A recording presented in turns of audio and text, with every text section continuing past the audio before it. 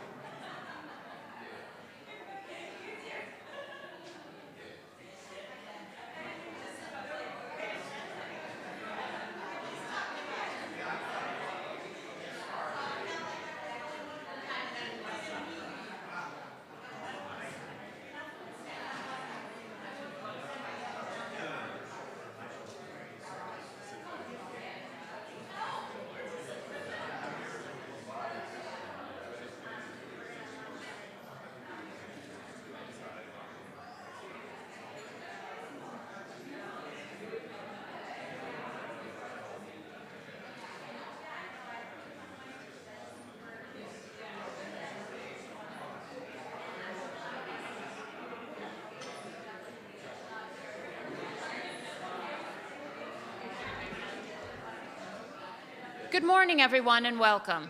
Please take your seats.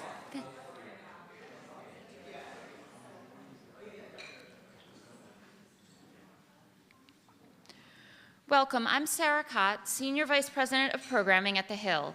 Thank you all for joining us in person this morning, and thank you to everyone that's joining us online. How new pathways to credit are changing the small business landscape. I'd like to thank our sponsors, Wells Fargo, for their support of this discussion. We're here today to explore the new entrepreneurial landscape in the U.S. In the last 2 years, a record 10.5 million small business applications were filed, yet only 30% of small business owners feel their credit needs are being met. In just a moment, we'll hear from members of the administration, Congress, and financial service industry, and small business owners and advocates directly. It is worth noting that we always strive to represent both parties at our events. Despite our best effort, we were not able to include a Republican congressperson due to scheduling conflicts.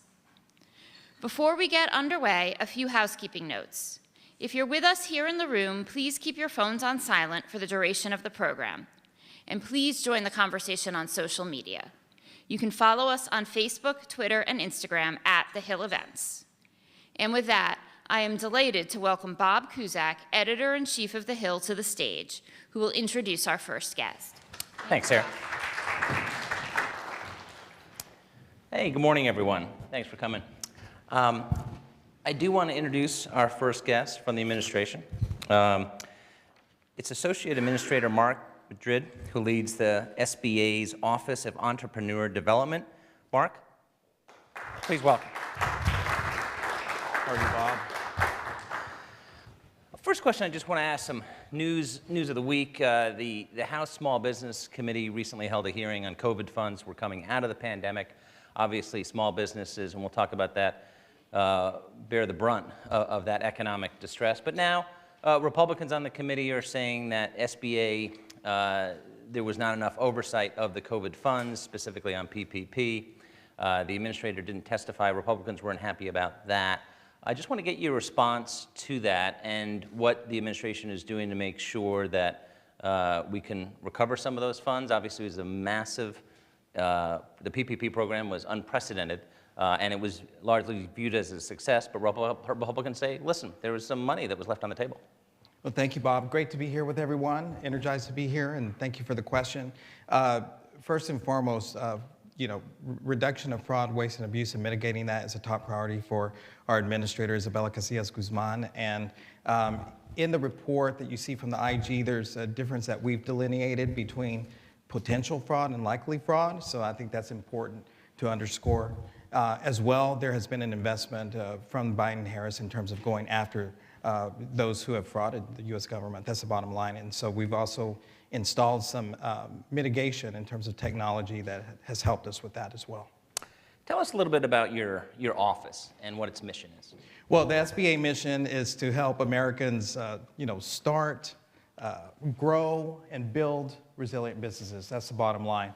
So our Office of Entrepreneurial Development is there to buttress that mission in terms of technical assistance, pathways, which is very, very important, and free educational tools. So we have the honor of collaborating with our network of small business development centers and women's business centers, SCORE chapters across America, as well as our community navigators that are, approaching small businesses that have never heard of the SBA, who don't know how to access SBA.gov, don't know what a resource partner is.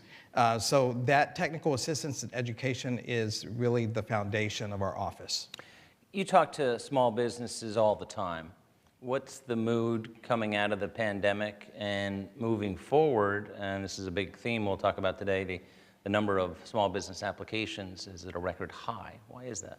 It is a record high. Since President Biden took office, specifically the first 2 years, 10.5 million new business applications, which was a record, and up to the middle of this year, over 12 million new business applications. So that's a big responsibility. I actually met a business owner that was in this category a couple of days ago, and what she mentioned is that she was in a position where she had always wanted to start her business. She had this idea of doing fusion cuisine, and she decided that during the pandemic, that was her silver lining. Okay. At the same time, she said, I did it. I registered my business, but what now?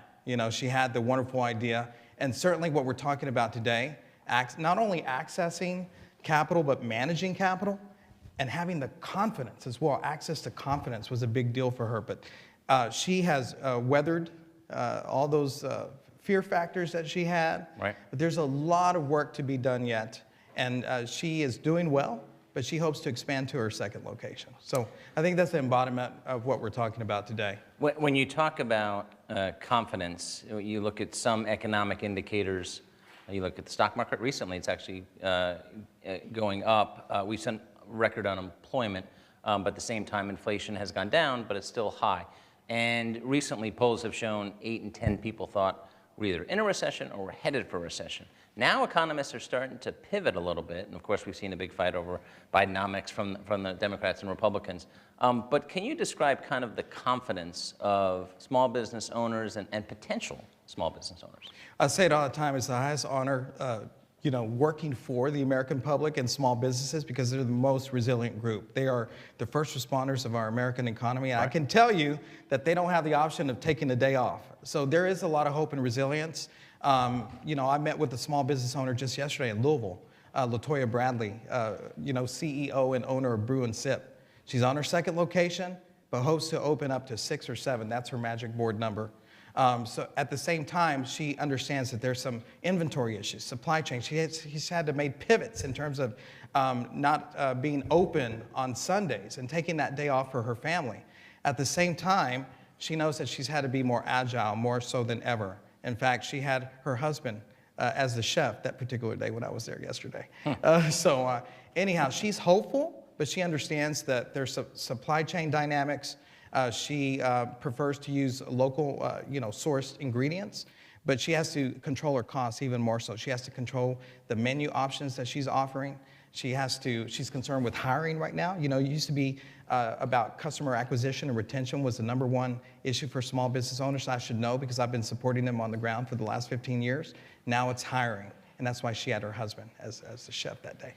Let's talk about credit. It's difficult to get. It's kind of like life experiences. You're not born with it. You're not born with experience. You're not born with credit. And that's been frustrating for people to get it, and a big topic of why we're here today. Can you talk about that and what advice you'd have to aspiring small business owners to get the credit they need? Fortunately, I am in tune with the small businesses on the ground. I visited with a small business owner last week, and he showed me how his credit score had dipped 80 points in one day. Now, it's because it's what he saw. He saw that dip. but that was actually a function of a reporting period and probably some factors in terms of available credit lines, et cetera.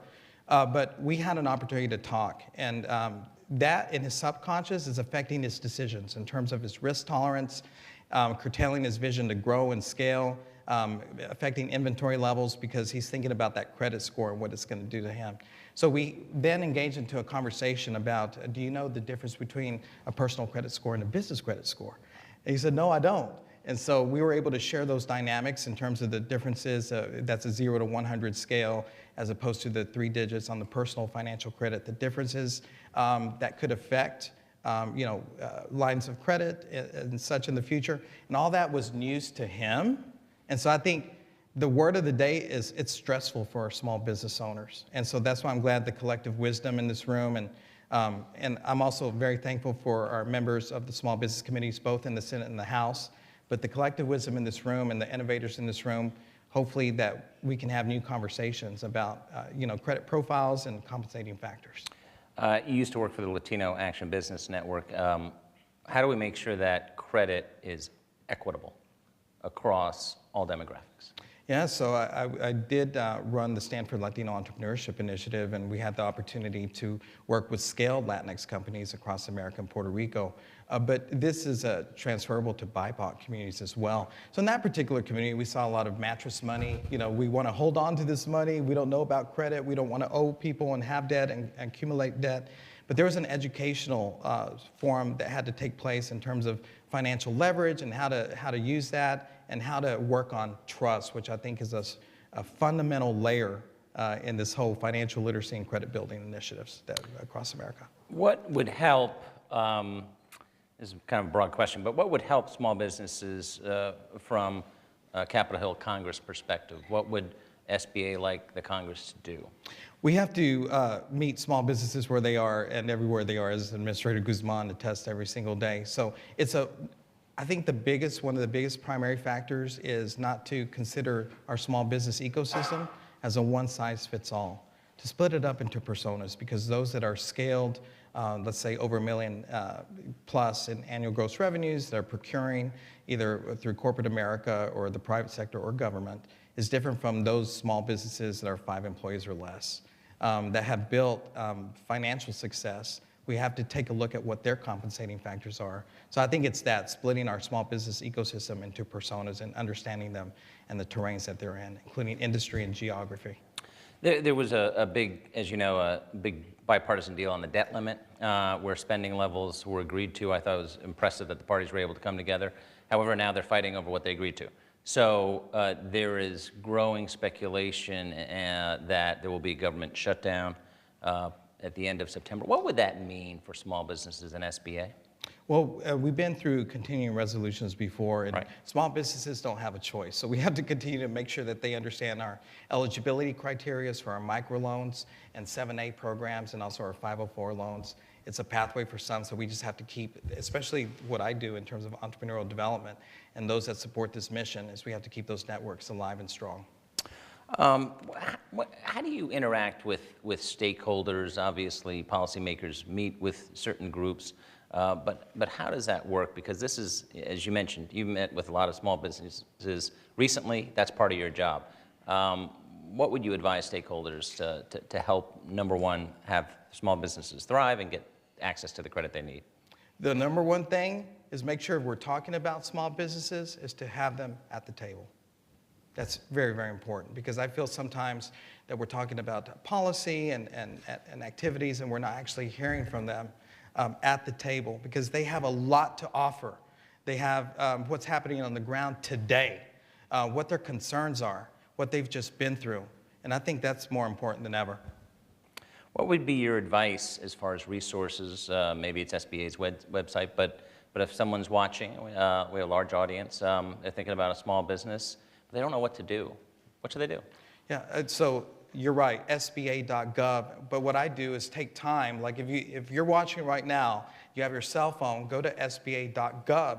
If you're approaching that website right now through your cell phone, you'll see 3 bars at the right.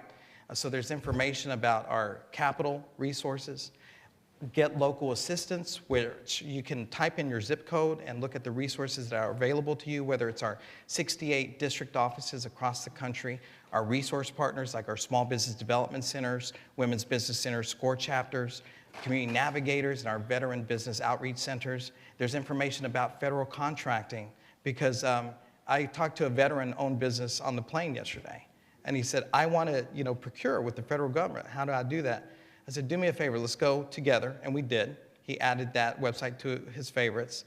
I gave him some, which was essential, but I also went into the websites with him.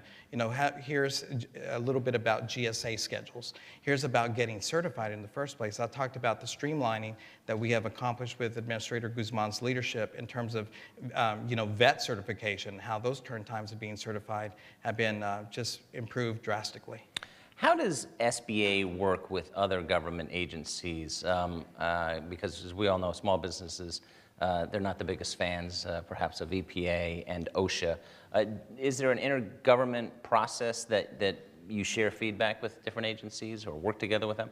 Best way I can answer that is through action and examples. So we have, through this office and, of course, one agency approach, we have an MOU with DOD in terms of making sure that we don't duplicate resources when it comes to government contracting awareness and certification, when it comes to procurement, specifically with our SBDC network and our Apex accelerators, formerly known as PTACs. Mm-hmm.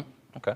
What about, have you seen any trends as far as thriving small businesses in different parts of the country, whether that's rural or urban? A lot of people forget about kind of the rural areas. We talked about health inequity, inequities among small businesses with small credit, but are rural areas struggling? Well, it depends on which rural area you're talking about, but I can assure you that rural America is very important to this office, important to the administrator and the president and vice president. And so the bipartisan infrastructure law, in terms of that being, that it permeates to our small businesses. We're seeing some value in that with our rural entrepreneurs. And also, increasing broadband access is critical, as well as— A lot of people don't realize that a lot of people don't have access to broadband in rural America. Absolutely. I mean, small business, I was with small business owners in Indian country. Mm-hmm. And yes, I said, well, how can we attend a virtual meeting if we don't have broadband access? Right. So that's very important to us, as well as making sure that we honor some of the ag tech initiatives that are out there throughout the country. So we're trying to identify centers of excellence and making sure that they're communicating with others. So we have a regional innovation cluster network that is under our Office of Investment Innovation now. And so you'll see some work there in terms of organizations like Ag Launch, for example. You've been in your position a little more than 2 years, yes, right? Yes. What has surprised you? What surprised me? That's a great question. What has surprised me is that every single day, there's a new challenge for our small business owners. So it's my job to make sure that I'm in tune with them. Right. And the advice that I offered earlier today, to have them at the table, is something that I need to do every single day. So the new issue could be about supply chain. Yesterday I talked to you about the business owner was how do I expand to 7 locations, and making sure that we honor, that we're elephants and not hippos. Elephants have big ears. So just listening to what is your situation, what is your liquidity like? Have you talked to our district office? Which resource partners have you leveraged? Have you done your market analysis, et cetera? So that's the answer. The feedback is very key to what you do. Absolutely. We've run out of time. Please thank Mark Madrid for joining us. Thank you. Thank you. Hey, thanks so much.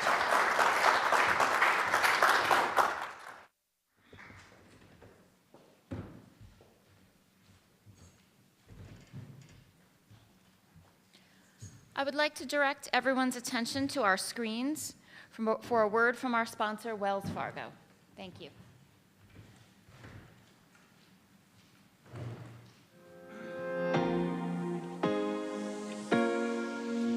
Despite 10.5 million Americans starting new businesses in the past 2 years, diverse small business owners still face significant disparities in accessing capital.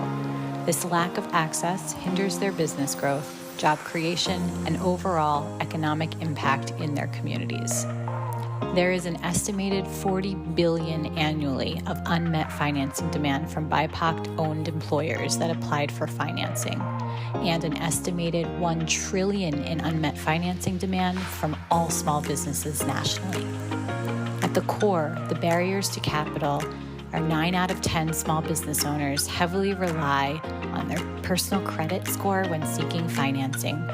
Black and Latinx entrepreneurs have historically had credit scores that are 2 to 3 times lower than white counterparts. Despite these challenges, according to Hello Alice data, 90% of small business owners without business credit believe a business card would impact their business in a positive way. This is a massive financial and social impact opportunity. The Global Entrepreneurship Network and Hello Alice are proud to announce the launch of the Equitable Access Program, designed to increase credit access and financial education to high-potential, underserved entrepreneurs with credit challenges. The Equitable Access Program is inclusive of the Business Health Score and the Equitable Access Fund.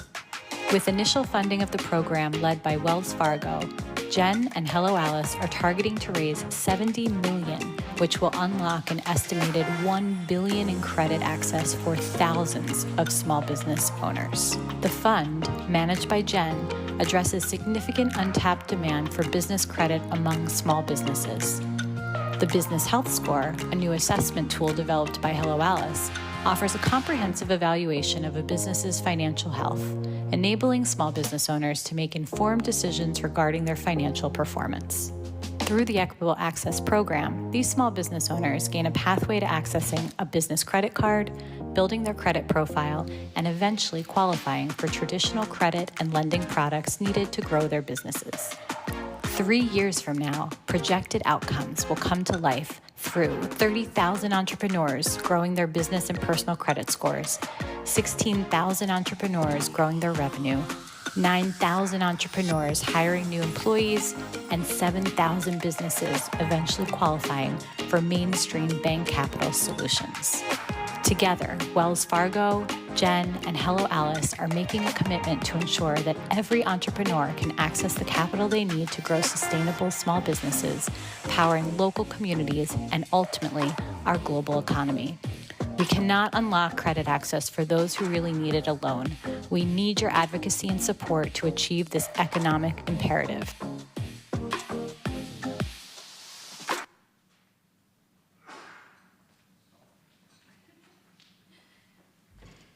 Thank you again to our sponsors, Wells Fargo. Now, welcome back to the stage Bob Cusack and our panelists. Elizabeth Gore, co-founder and president of Hello Alice. Jonathan Ortman, president of the Global Entrepreneurship Network. And Diane Rios-Hasso, founder and CEO of Gourmet Pops. Thank you. Thanks, Sarah, and thanks for panelists for joining us. Let's go down the line. I know Sarah just introduced you, but if you can kind of introduce yourself and also a little bit about your organization and kind of why you're here. Sure. Well, howdy, y'all. I'm Elizabeth Gore. I'm the founder of Hello Alice. We are a financial technology, and I'm proud to say we serve 1.3 million small business owners in our country. Our mission is to provide equitable access to capital through credit, loans, grants, and we serve the new majority of business owners, women, people of color, our U.S. veterans. So it's an honor to be with y'all here and with our great partners. Jonathan? Great. Well, I'm Jonathan Ortmans, and I'm an entrepreneur and an economist, but as was mentioned, president and founder of the Global Entrepreneurship Network. And our mission at Gen has been for the last 15 years working on making it easier for anyone, anywhere to start or scale a company. And so as a result, a critical part of our mission is that as an economist, we all know that economies suffer when you leave anyone out. And as a result, we are very much focused on how do you remove barriers to those that struggle to be able to take that path, as well as unleash ideas and make it possible for those to see new opportunities and fresh ideas. We're very fortunate to operate globally. We're based here in Washington, D.C., but we operate in 200 countries and we have 16 programs that we operate around the world. So we have a little bit of the privilege to see how these issues have been grappled with by other governments and other entrepreneurial ecosystems around the world. So that's a little bit about us. Diana? Hi, hola. My name is Diana Rios. I'm the founder and owner of Jarabe Gourmet Pops. We are a small Latina-owned small business that specializes in handcrafted Mexican ice pops known as paletas. So we pretty much manufacture ice cream. The business was established as a way to kind of bring tribute to my father, who used to sell paletas in the street corners of Los Angeles. And so we wanted to bring that story to light, bring paletas to mainstream, and that's what we're currently doing with our business. And to that point, what were the biggest obstacles that you overcame in starting your business? Yeah, I can't really say this enough. I always get this question asked when I apply for a grant.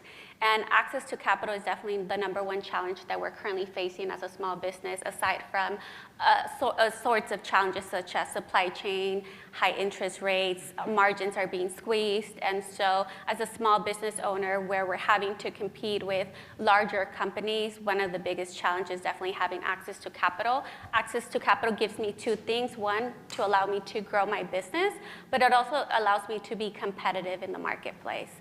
And so when we originally launched our business, which was in 2018, we registered our business in 2018, but we didn't actually officially launch our business until 2021. And the reason why we weren't able to do that is because there's the R&D component to it, but then the working capital. My partner and I saved $30,000, which meant saving 50% of our salary so we can start our business, and that just gave us enough to pay for a little push cart, ice cream push cart, a couple equipment, and just supplies. And we realized that was not enough. It was just enough to keep the lights on. Just a quick follow-up. How was COVID? I mean, how did you overcome that? How did that affect your business? It didn't, actually we launched in 2021, so we were still in Still lockdown. in it, right. We had to pivot.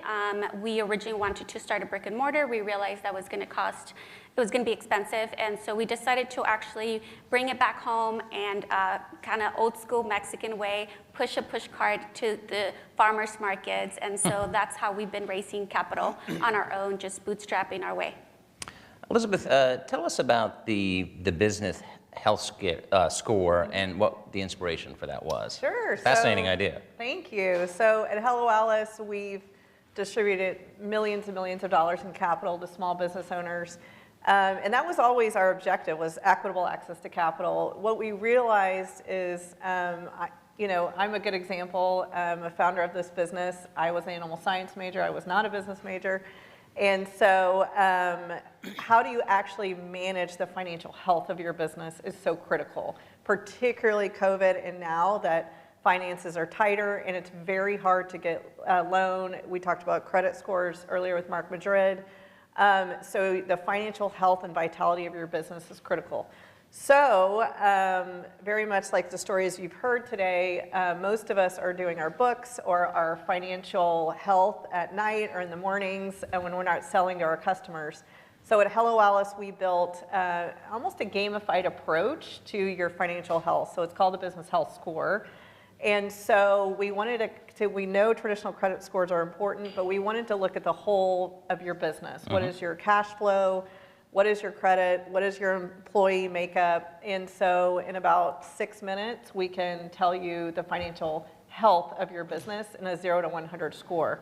Most importantly, we then help small business owners know how to improve that score. It might be separating your personal and your business credit. It might be applying for a small business loan.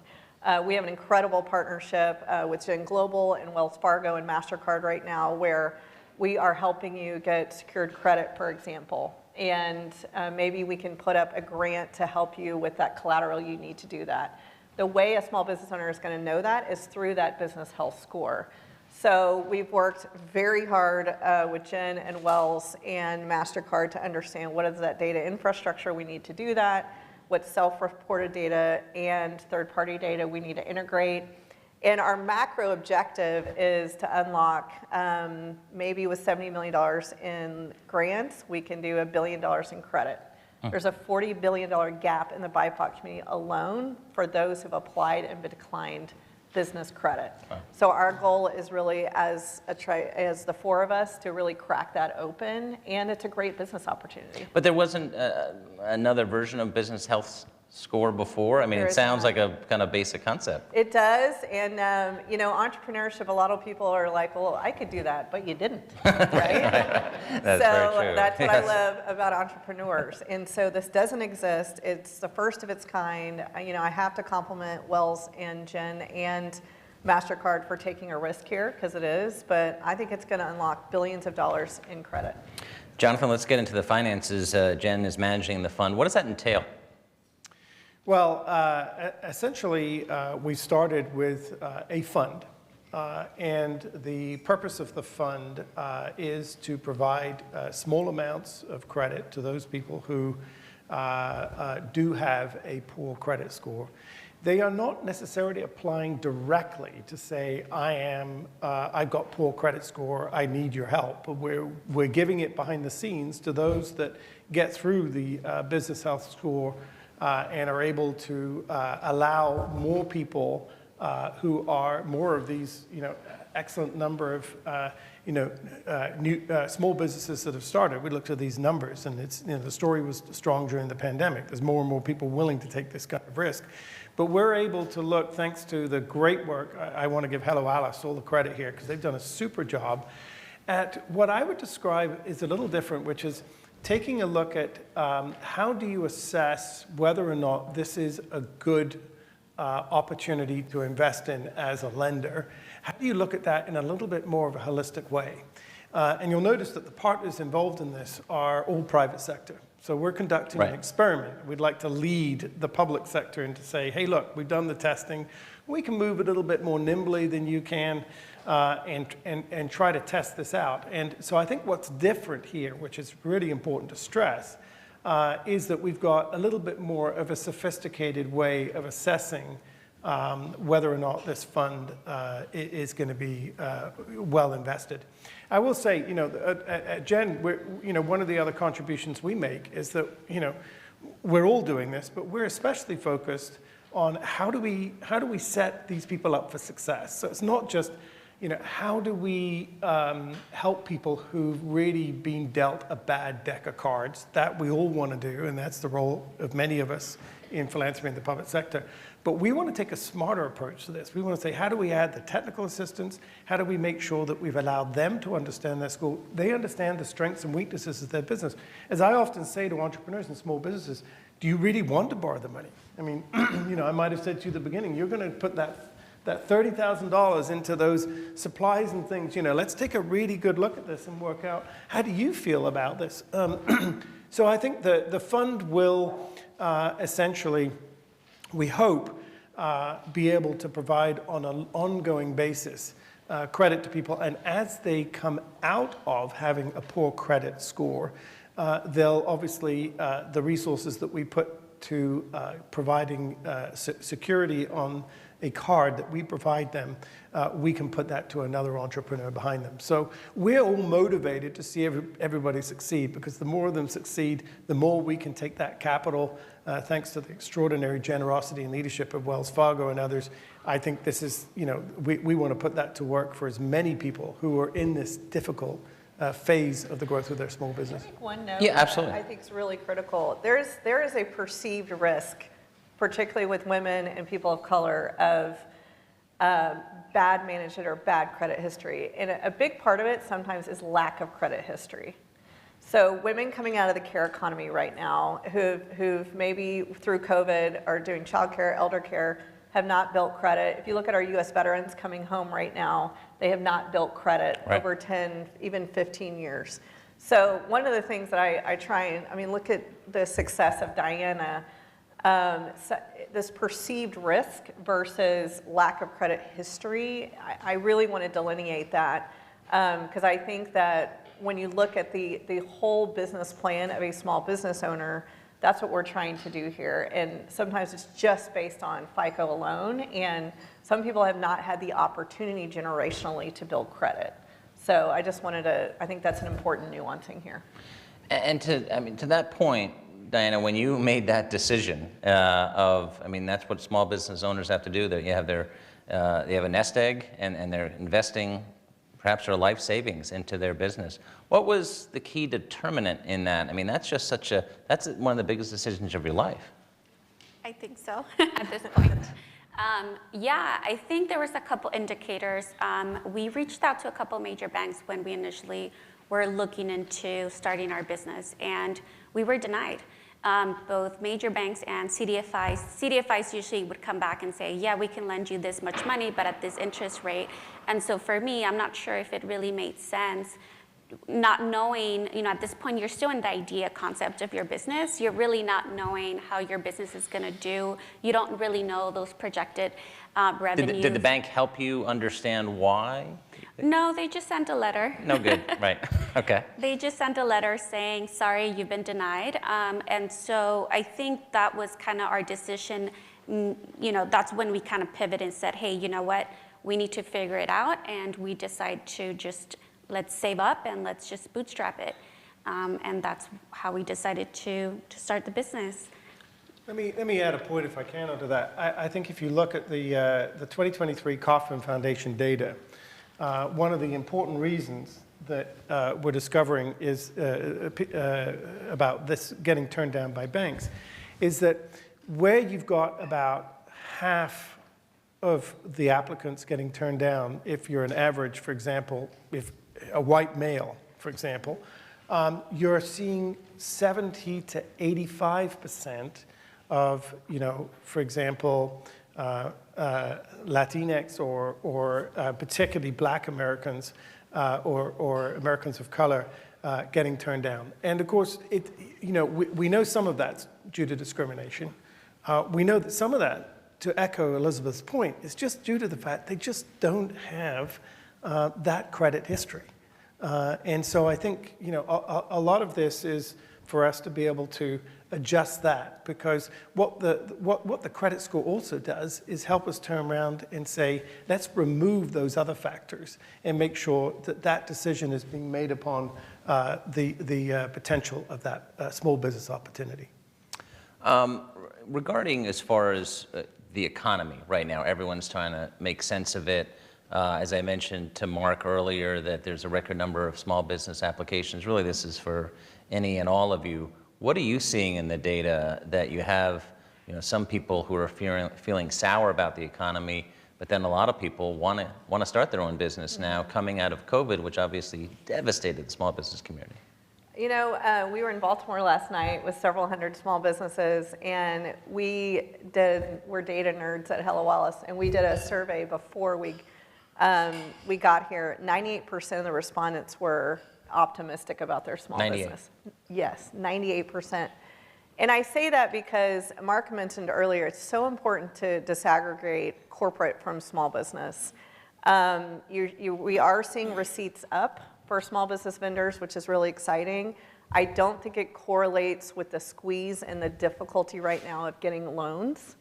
And so I think there is a disconnect there. Mm-hmm. And so, and if you look at folks like Diana and all the small business owners we were last night, the hustle is there, the heart is there, the excitement.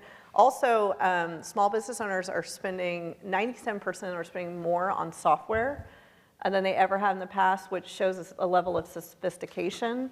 It shows a level of the ability to understand different lines of business, different marketing streams. So, COVID was really tough, but those who made it through and those that are starting now, I just think have a different level of acumen that's really going to be positive for this economy. Yeah, I'll just add to that. Also, if you look at Hello Alice data, and I just want to stress, that's the joy of a nonprofit organization like us partnering with Hello Alice, is that they do great data, and of course, they're a fantastic platform, and if you don't know the Hello Alice platform, you should be on it.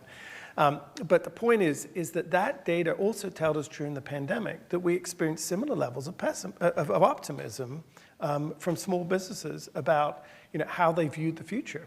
And yes, there's always going to be headwinds for some kinds of businesses and tailwinds, and those are going to change, obviously, when you have a lockdown, and you're a restaurant, you're going to go through significant, problems compared to somebody else that's running a Zoom service, you know. Right. So I think there's always going to be the swings and roundabouts. But the biggest thing for me is that we're dealing with people who are dreamers, builders, risk takers.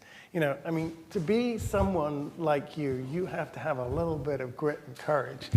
And so, you know, I think, you know, the great, you know, joy we get from doing the work we do is we're typically surrounded by the people who actually have that pretty optimistic. I mean, they do see the glass half full. But I'm super optimistic about the economy. Look, I mean, I think that there are tons of fresh opportunities. There is a whole new culture in every American that says, I don't have to wake up and get a job where I automatically go to work 9 to 5 at a third-party location. So that's opened up a lot of people saying, well, just what if? Just maybe at some point I might do this, which is why I think you're seeing a lot of those new small businesses getting registered. Sure. Because people realize, hey, guess what? I can also be a caregiver, I can also do these other things, but I can run my business.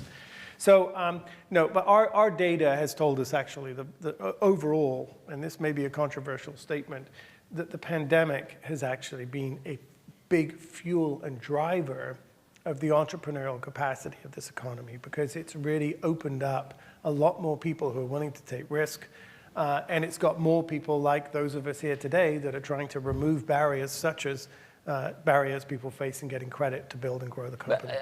That's an interesting point. So, but just the mentality, and obviously this is anecdotal, but you've talked to, I'm sure, a bunch of small business owners, that even though the pandemic was devastating to so many people, to our children and to businesses, Yes. is that it also, from what I think you're saying, is it got people to stop and think about their lives? Absolutely, but it also opened up new paths that people could take that they didn't previously think were possible. And I think a lot of that's technology. You know, and our partnership with Hello Alice, for example, during the pandemic, I mean, I think we collectively issued more than $16 million in grants to small businesses that we felt we just needed that extra hand. So I'm not saying it wasn't tough. Right. I'm just saying that looking at it from a sort of macroeconomic perspective, I think you've seen a massive acceleration in the mental capacity and in the technical capacity of American people to do what they do well, which is to be pioneering, take risks, build things, and, you know, improve their own lives and that of those around them. Diana, what are your thoughts? Are you bullish on the future? Yeah, I'm generally optimistic. I'm optimistic about my business. I'm optimistic about the future. I'm not sure if I'm that optimistic about maybe the business or banking environment, but I know that if I continue on the route that I'm going, I know that I will grow my business.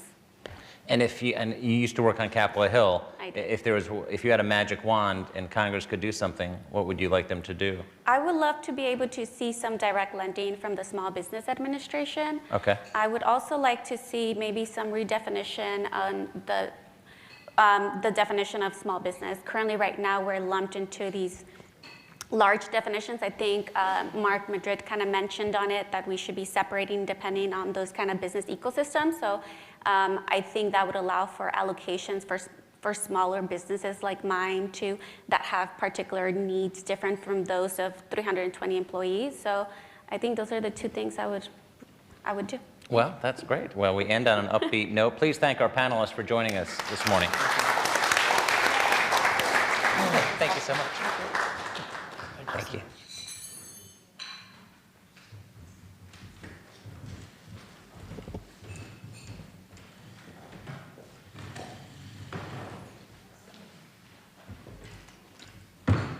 Now it's time for the sponsor perspective portion of our program. Please welcome Otis Rowley, President of Wells Fargo Foundation, in conversation with the General Manager of the Hill, Joe Ruffalo.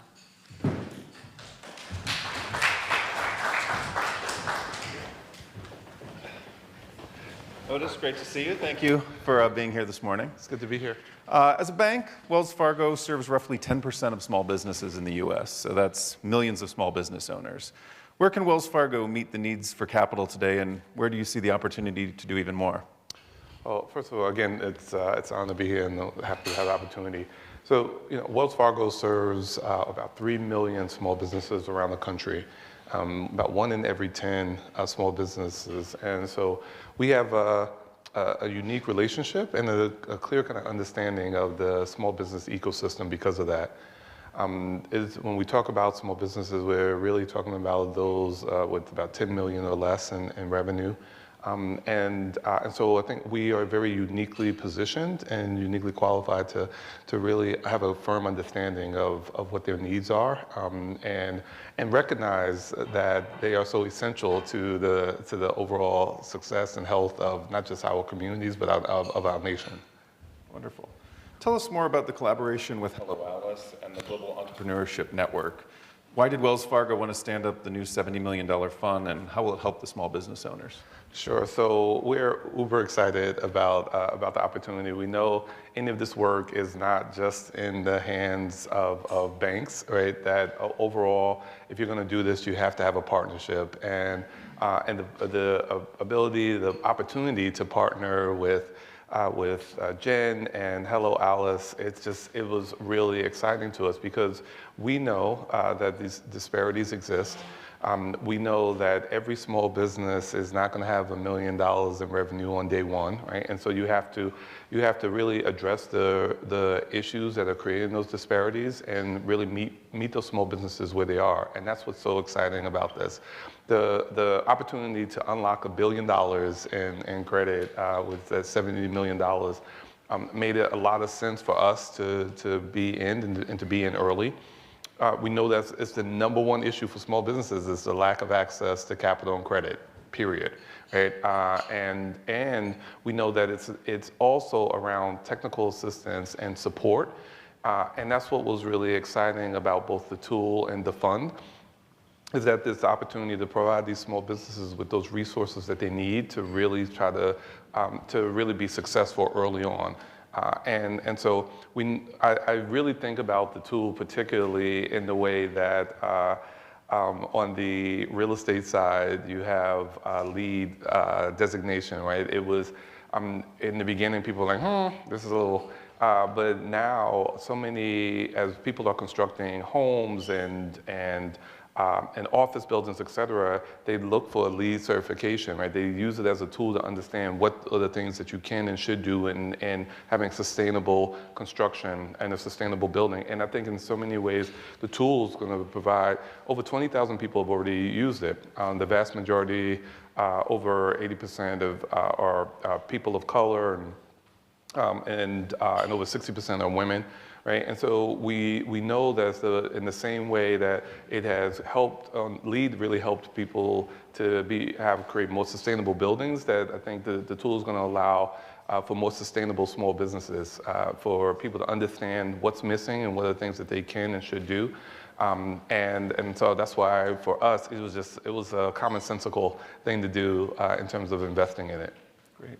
If efforts like the Business Health Score and the new Equitable Access Fund are successful, what will that be the impact? What impact will that have on the economy? Well, I think at the end of the day, we know that small business growth has been and is and will continue to be the economic driver of our U.S. economy. And so if it is successful, and I should say actually when it is successful, it's going to actually help to continue to strengthen the overall ecosystem. We're going to see more small businesses formed and more success. And you will hear small business owners say time and time again, if only I understood this better, if only I had known X, Y, and Z. And that's what's really exciting about the scoring tool and the fund. It is looking at it in terms of what are the things that you can and should be doing differently, and how do we provide a greater access to capital and credit options. And I think that's why it's going to be really useful because it's meeting folks where they are. How do you define credit equity, and what is one change you'd like to see when it comes to making credit more accessible to small business owners? I would define credit equity as the ability for anyone, regardless of their ethnic background or zip code, to be able to start a business and get access to credit. Credit equity would be the ability for banks, CDFIs, any kind of lending institutions to really meet small business owners where they are. So that would be the definition. Now, to your second question, if I had a magic wand beyond obviously being able to predict the Powerball numbers, I would change how we do credit scoring, and particularly for small business owners. It would immediately, I think that would transform our economy. I look at their recent study showed that with the current growth rate of African American businesses, under our current system, it would be about 256 years before they would be able to catch up in terms of the current disparity. And so something is clearly broken, right? And it's not just up to Wells Fargo, although we're obviously taking a leadership position here, and obviously we're smart because we're getting with Hello Alice and Jen. But it's going to take us rethinking how we think about credit, how we think about underwriting. And that's one of the exciting things about philanthropic dollars, right? We are not, both the business side and the philanthropy side of the bank is trying to work together, but I can take a little bit more risk. The philanthropic side can explore and innovate and partner in a little different ways because they're not the same regulatory rules that affect not just us, but all banks. And that's why we're putting our time, energy, money, resources into partnerships like this, because we have to fix it. And when I say we, I mean the nation, if we're going to be successful. Well, this is great. We're at time, but Otis, thank you so much. This was fascinating. Thanks for the opportunity. Thank you.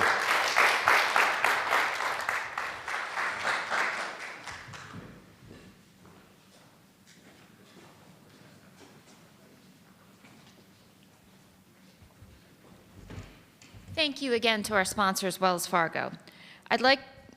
Next, I'd like to bring today's resident small business data expert, Holly Wade, Executive Director of the NFIB Research Center, and Bob Kuzak. Thank you.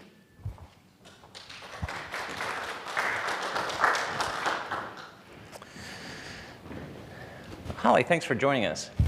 It's great to be with you. Thank you. I wanted you to tell us a little bit about what you do on a day-to-day basis.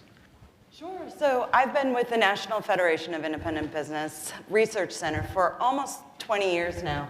And we have a number of kind of standard publications where we survey small business owners on a regular basis, monthly. We have roughly 300,000 small business owners as members. So we have a large pool of folks to survey and ask them questions about business operations and how they're doing in their local economy. So we have current updated information looking at the small business sector, and then also looking at kind of policy impacts and how they impact small firms. Because as the previous panel talked about, very different from how large corporations, large businesses are impacted by policy, small business owners are particularly hard hit oftentimes. So 20 years, that's a long time. It is a long but time. lot of changes in that research. Yes. What does the research tell you right now, coming out of a very volatile time in this country? Certainly. So it was interesting.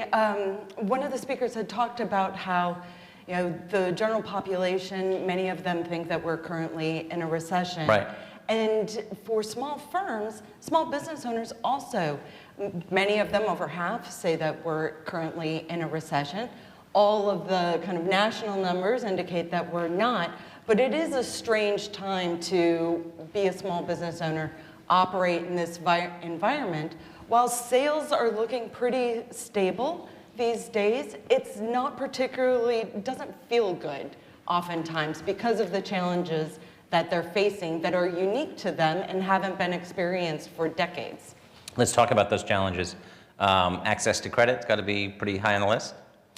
Actually, for our members, it's not the Okay. most pressing issue. So while there are certainly populations of small business owners that are having a hard time with access to capital, not specifically with our members. Okay. Our members, 24% of them are saying that their single most important problem right now is labor, finding qualified applicants to fill those positions, and also another 24%, inflation.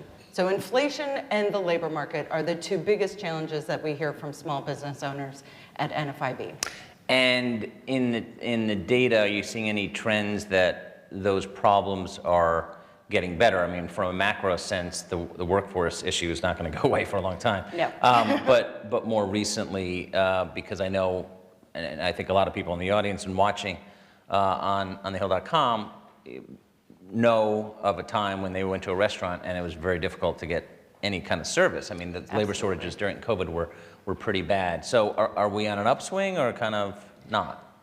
So the number of small business owners who are planning to hire, increase their staff has slowed down a bit from record level highs. However, for the volume of small business owners that say that they have an unfilled job opening that is just sitting there waiting for applicants to apply for, that is still at record level highs and hasn't eased up much at all. The pressure of increasing compensation for retention and recruitment has eased up a bit, but it's still one of the biggest challenges that they face, including inflation. So while it's eased up, it's still a very challenging part of business operations for those who are looking to hire and expand their business. Let's talk about inflation, how it affects small business owners. We know how it affects us as consumers. We go to the grocery store and we're paying more money. Yes. How does it affect small business? So for small business owners last year, when energy costs were skyrocketing and impacting them, that was one of their major concerns. However, for many of them, still inflation more broadly is impacting their business. As I mentioned, still 24% are saying it's their single most important problem in operating their business. And the challenge is absorbing those costs. So for small business owners, their first hit is on earnings. That's how they're absorbing costs, lower earnings. And then they're trying to figure out how to best pass those costs along to consumers by increasing their prices of their goods and services. But the unique aspect of a small business owner is that they have to make all these decisions themselves, generally speaking. While larger companies have departments and people to manage how best to do these adjustments, for a small firm, the business owner is the one with all of these challenges. So figuring out how much to raise prices, how much to absorb those input cost increases, the frequency of increasing those prices, and figuring out how to stay competitive in this very challenging environment. We've had some bank turmoil, certainly in the industry.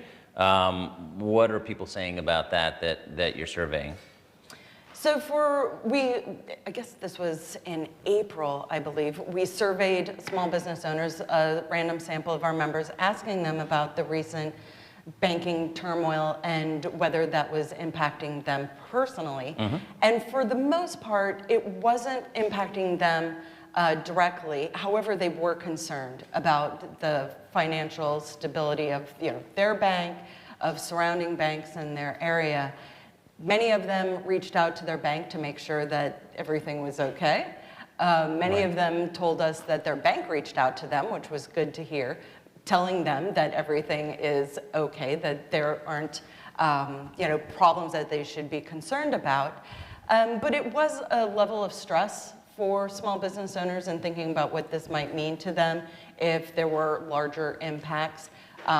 For most small business owners, we're hearing that while they're able to generally access the financing that they're looking for, it's certainly becoming more expensive for them to do that, and also the added paperwork, which is always a frustrating aspect of operating a business. The more paperwork you fill out, the less time you have to operate your firm. And that was going to be my next question, just the frustration that you have seen in polling and surveys of Washington. Can you talk about that? Has that increased or maybe decreased or stayed the same over the last 20 years? So the amount of paperwork, the regulatory environment on a state and federal level has increased as far as the burden placed on small businesses. They are always concerned about how much of that is impacting their ability to operate their business, the time that's required to comply, to figure out what they might need to do in adjusting business operations, but also that paperwork part of the compliance aspect is a problem, and trying to figure out, what paperwork to fill out, how long it takes to do it, and if they're doing it accurately. So all of those measures over time have become more, every additional regulation that they have to comply with, it's very rare that one is taken away. Right. So the buildup and accumulation of all these regulations is certainly a challenge for them. One of the areas that they're most concerned about right now is making sure that some of those tax provisions that were in the Tax Cut and Jobs Act stay permanent for them. Right. And that their tax liability isn't increased when all of that sunsets in a couple of years.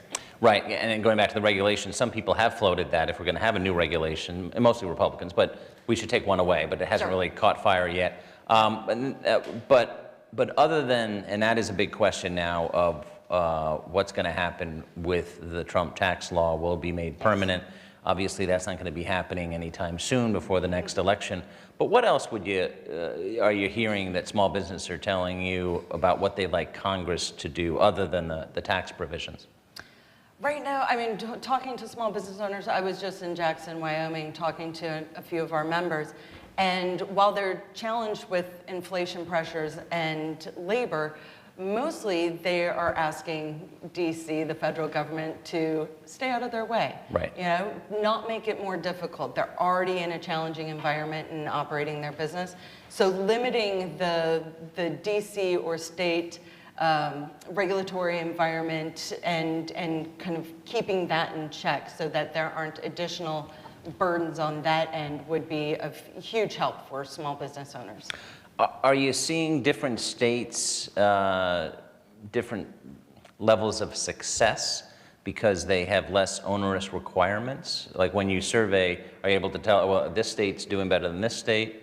Do you see those type of trends? Sure. So when every 4 years we have a survey, Problems and Priorities, where we evaluate 75 potential issues of small businesses that they may be dealing with. And we look at a few states specifically, and it's always interesting looking at Texas and California. Okay. Those two are kind of at the polar opposite ends of the state levels of compliance and regulatory burdens for small firms. And so for California, it's a lot of labor issues that are particularly difficult for small businesses, and not so much in Texas. So it is interesting to see how small businesses are evaluating their state and comparing kind of the extreme ways of the regulatory environment that they're facing. That's interesting. I mean, we've certainly COVID has, and we talked about it earlier, how it's changed mindsets, and we're seeing record number of small business applications, Absolutely. which is great news. But we've also seen people leave New York for Yes. Florida. Are we seeing business owners doing that too? Anecdotally, we hear about that in large shifts in small business owners leaving.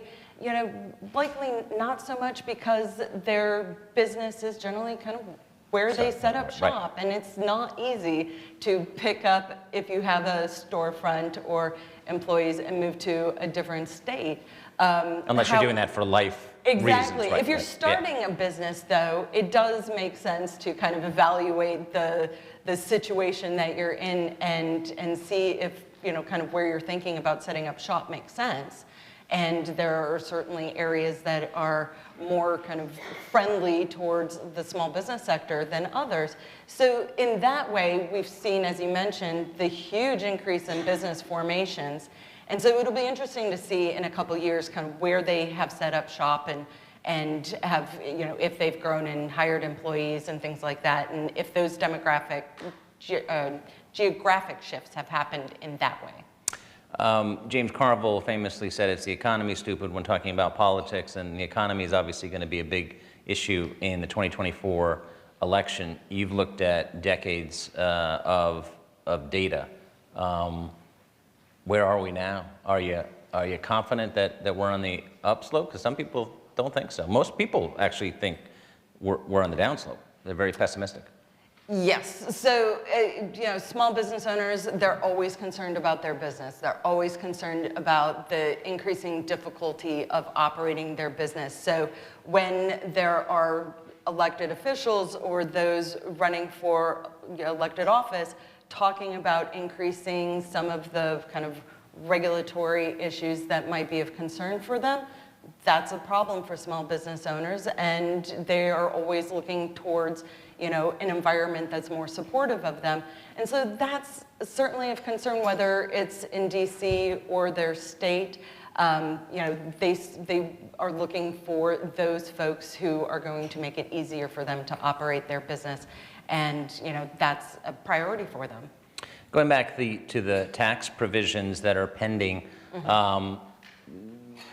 in covering Washington since 1995, a lot of business interests are like, listen, we need some certainty about the economy, and Congress usually does not supply that because they wait until the last second to decide on anything, whether that's shoring up Medicare or doing tax provisions that are expiring.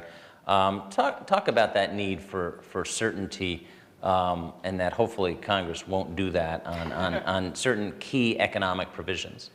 Yes, it does seem like they are generally last minute of doing anything, and that poses some real limitations for small business owners in thinking about the next 6 months, year, 2 years, in either opportunities to expand their business, if they think they're going to have to pay more in taxes, or if the tax environment isn't supportive of them making large capital expenditures. Things like that matter to small business, and if they have some certainty about the environment and what that looks like, then they can proceed accordingly. If they're uncertain, then they're going to have to, many of them wait until the last minute to move forward, depending on the situation. And that's not a good space to be for small business owners. It's stressful enough. It's not helpful to have that added stress in looking into the future and seeing kind of where you should, or how to operate your business and how to expand based on DC or a state legislature. Not a good situation to be in. AI, that was the last question I want to ask you. What are people saying about that, small business owners? So we haven't asked in a survey sense, but talking anecdotally to small business owners, it's still navigating this new world of AI and what that might mean for them. Certainly, there's some interest, especially with the labor shortage, and if there are tools that they might be able to implement in their business to help with productivity, to help ease up some of those labor issues that they're having right now. But it is fairly new and not quite certain on how those technologies might be incorporated in their business quite yet. On labor shortages, what has helped on that? What is, you said it's eased a little bit, but what has been, why? So, well, right now, still small business owners are spending a lot more time in their business, in kind of the daily operations, filling in for those unfilled job openings. So unfortunately for small business owners, they are taxed as far as their time, that they're able to do other things other than just filling in for those who they can't fill these positions. But on the labor front, there are a lot of adjustments. When we've asked them about how you've been able to navigate this, it's adjusting business hours, it's adjusting days that they're open, because they need a labor force that is consistent and reliable and showing up. And so, if they don't have enough people to fill that time frame that they used to be open, they're limiting those hours. If they can include or put in place technologies that are more helpful, they're doing that. You know, thankfully, during the pandemic, there was a lot of support, stimulus support for small businesses. And so they were able to use some of those funds in capital expenditures that helped improve productivity in their business. That's certainly always something that small business owners are looking to do, whether it can be, you know, a lot of these technologies retrofitted into a small space. I have a friend who owns a restaurant, and he said, you know, a lot of the technologies are for the larger restaurant space, and we're small, and it doesn't fit, you know, until the technology advances far enough where, you know, it can be incorporated in a small business. You know, that's a challenge, but they're doing everything they can to kind of work with what's available to help them operate as best they can with limited staff. We've run out of time. Please thank Holly for joining us this morning. Thank you so much.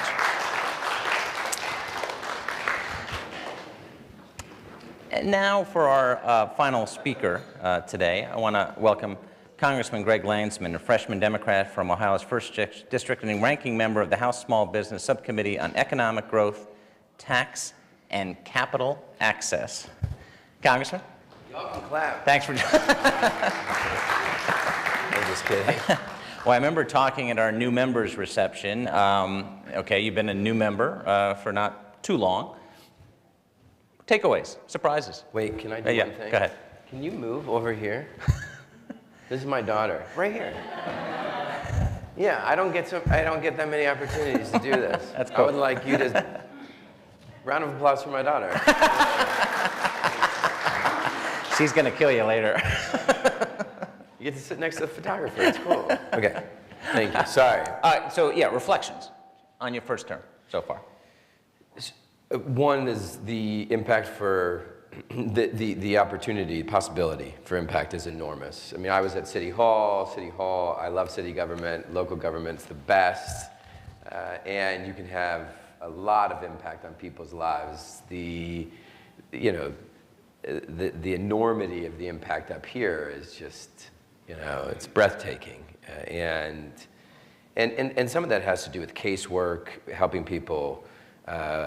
You know, whether it's a passport or a larger immigration related issue. I mean, we've secured almost $8-9 million in tax refunds for folks. We just secured in the appropriations bill about $15 million in, you know, investments for big projects in our district.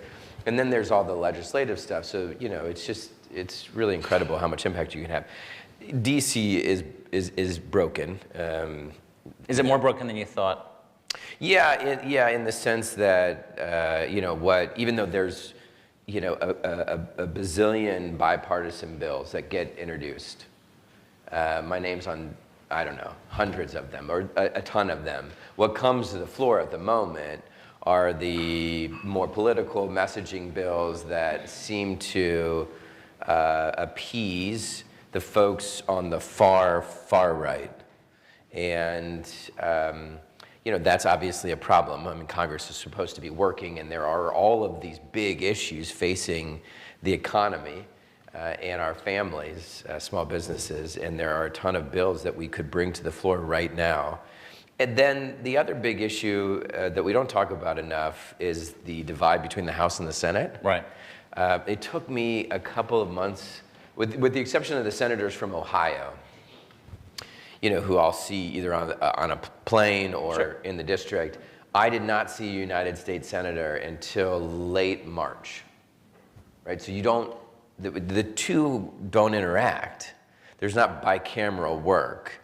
And that's really problematic because as we all learned early on in grade school, how a bill becomes a law, it does require going through both chambers. You know, that is a big issue, and part of that has to do with the Senate rules and the fact that, you know, in my opinion, it's, you know, the filibuster is undemocratic, and we're not able to get, you know, stuff that we pass through the Senate as it should be. A lot of it just has to do with culture, and, you know, the fact that it's just not a muscle that has been built up. Right. This idea of working not just in a bipartisan way, but in a bicameral way. So they take immigration reform, really complicated. Yet if you sit people down, there's a handful of things everyone agrees on. The rhetoric gets in the way. But if you had Republicans and Democrats in a room, that'd be great. And we could do that. You also need to make sure that it's House and Senate members. And that doesn't happen enough, and that's a big problem. Just along those lines, I heard a story, I can't reveal names, but there was a House member on the Senators Only elevator. The House member was asked to leave the elevator. After saying, well, I am in the House, Senators Only. So there you go. I mean, this is a cultural issue. I mean, how many of you have walked over to the Senate? I mean, from the House, right? How many have been to the United States Senate? Okay, all right. You walk over there. You notice the floors change? I mean, it's almost like there's this little thing that's like, hey, you should go back. Things are different over here. Things are nicer here. Yeah, Yes, so yes. and that's something we're going to have to, because we do have huge problems or opportunities. The country is in an infinitely better place than it was several years ago. Sure. But we've got big reforms to our democracy that have to get passed. We have to deal with the freedom issue and whether or not everyone is fully free everywhere. And then the economy. There, it's still very much broken for most people. And of course, for small businesses, there's just a litany of things that have to get done. So getting Congress to work together is core to all that. We've been talking this morning about access to credit and feedback from small business owners. What do you hear from your constituents, small business owners? It won't be new. It's all access to affordable capital. Interest rates are super high, and that makes it even more difficult. A lot of our small businesses don't have relationships with banks or enough banks, right? Because you have to have a couple of options because you're going to get turned down. More than not. And then, the big thing for me is getting, folks back to work and making sure the economy works for everyone, and a big part of that is childcare. Now, most people don't know this, and I didn't, when I first started years and years ago on this issue, but most childcare providers are small businesses. We think of childcare, and at least I did, I thought nonprofit, and some are. But most are small businesses, and in cities, in my district, most are black-owned. Most are run by women, black women. And not only do they not have the same have relationships with bankers, they don't have time to go spend time. I mean, they are literally running a childcare business, helping us, run an economy. And so the SBA, for childcare providers and a whole host of other small businesses, was really built for an economy 20, 30, 40 years ago, not this one. And so we do need to, fundamentally update the SBA so that it is helping all of our small businesses, not just the ones that have been in the mix for some time now. How do we do that? Because that's it's 2023, and you need relationships with bankers, right? Yeah. But as you mentioned, a lot of small business owners don't have the opportunity to spend that time and form that relationship. So how can that change? So I think I'm going to start with childcare. I think you start with one group and see how you can take what exists in the SBA, make it work, figure out where the gaps are, and then see if that applies, if you can get it to work for one group. And I think childcare, I would argue, is at the top of the list, right? Because of how much help they need, what they're doing for children, what they're doing for workers, and then obviously what they're doing for businesses in the economy. So you do it for childcare, and then I think you start to appreciate what it would look like for everyone else. As you know, there was a big deal on the debt limit, and now there's a big fight over what that deal was. Okay, now we're looking. Do you think the's going to be Although government? it's in writing, so it's in writing. Yeah, it is in writing. Yeah. Will there be a government shutdown? I mean, I hope not. I mean, let's just be clear, because the politics sometimes starts to obscure what really matters. Think about how many people rely on us doing just the basic, which is funding their government, using their money to invest in their lives. And passing a budget that simply does that should be the basic, most obvious thing that is expected of all of us. And if we don't, what happens is that people get hurt. People that we care about, that we are here to serve, they get hurt.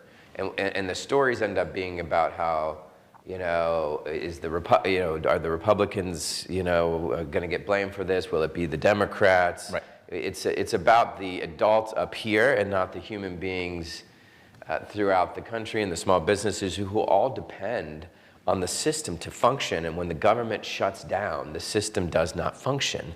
And people don't get paid, they don't get their health care. I mean, it is absolutely horrible what it does to people we know, siblings, parents, grandparents. So my hope is that we continue to push that as a reminder, as people are jockeying for power and influence and getting this bill and making sure that this amendment is there so they can go on Twitter and cable news and say, hey, I did this, that you're messing with people's lives. Talking about that polarization, and we do live in polarizing times. I've talked to House members who say sometimes, two members can walk by each other in the hallway. They don't even say hello. You remember the Problem Solvers Caucus, but let's flip that. Let's talk about the positive aspects of it, because I don't think the media focuses on that there are a lot of people who want to come and solve problems and not play games, and talk a little bit about that, about relationships with the other side of the aisle. Thank you. At 100%. So this is, Congress is a reflection in many ways of it's gerrymandered, so not a perfect reflection, right. But it's still in the sense that in American politics, the vast majority of people are somewhere in the middle.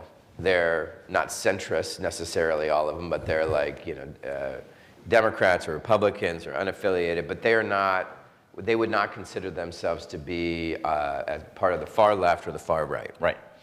Only 10, 15% on either side, right? So that 70% of us are in the middle, somewhere in the middle. That's the same for the United States Congress. It doesn't act that way, and it doesn't get reported that way, but the majority of us are so excited to sign on to bills. So when you watch C-SPAN and everyone, if you watch their, you'll see people have floor cards, and they're passing out floor cards. Those are almost always bipartisan bills. And to say, hey, will you sign on? And people get excited. Yeah, this is because that's why they're there, not everyone. It's not why Matt Gaetz is there, but most people are there because they really want to solve a problem. And so somebody hands you a document that says, hey, here's a solution. And you look at it, and I see it all day on the floor. Oh, yeah, put my name on it. Mm-hmm. And so, even if those things did get to the floor, they probably wouldn't be reported on in the way in which controversy and conflict is reported on, because, quite frankly, it doesn't make for good TV. But we do need to get it to the floor, and so that is a big recess push, August push for many of us. And I've talked to the Speaker and other folks who are very close to the Speaker. There is a desire. There really is. And I think, that group, the Freedom Caucus, the Chaos Caucus, that group that does not represent where we as a Congress or a country want to go, they do have a lot of pull. And, but I do believe that there's much more energy, and you just got to figure out how to make it happen to do all the meaningful bipartisan work. That's the trick, right? Yeah. Making it happen. Okay, but let's talk about that. What would you like to see happen that would help the economy, would help small businesses? What bipartisan thing is doable? And maybe it can't be done. As you know, legislation sometimes takes a decade to happen. Yeah. What do you think should be done? What should this Congress do? What we've been talking about with my Republican friends and folks in the Speaker's office is quote unquote, singles, right? No home runs. We don't have to. Not every everything has to be a home run. What are those, if we can every week just get into the habit of passing, and this one's more complicated than not, but interest payments for small businesses were tax deductible until this year. That should be back on the books. Okay. And there is a group of bipartisan folks who want to see that happen. It would make a big difference for folks to be able to write off their interest payments. To me, that's a big one. I mean, this isn't going to be a game changer, but one of the things that ultimately will is to set up some sort of mechanism, leadership within the SBA around small business, around child care providers. So we can start to figure out how to do that. The earned income tax credit is something that is supported by both Republicans and Democrats. It helps to take really low wages and add to those wages. We are working on changes that we believe will be bipartisan, will be supported by Republicans, and hopefully make it to the floor with the right pay for. And that allows us to continue to say, hey, we need folks to be working, but when you do, you're going to be able to pay all your bills. We have run out of time. Please thank the Congressman for joining us this morning. Hey, thanks so much, Congressman. Yeah, Appreciate it.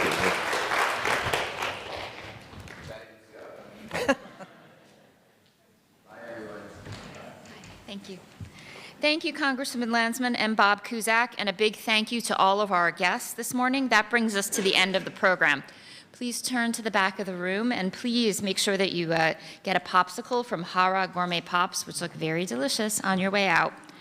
On behalf of the Hill and our sponsors, Wells Fargo, we'd like to thank everyone who joined us here in person and online. If you missed any portion of today's discussion, you'll find the full event video will be available on thehill.com shortly.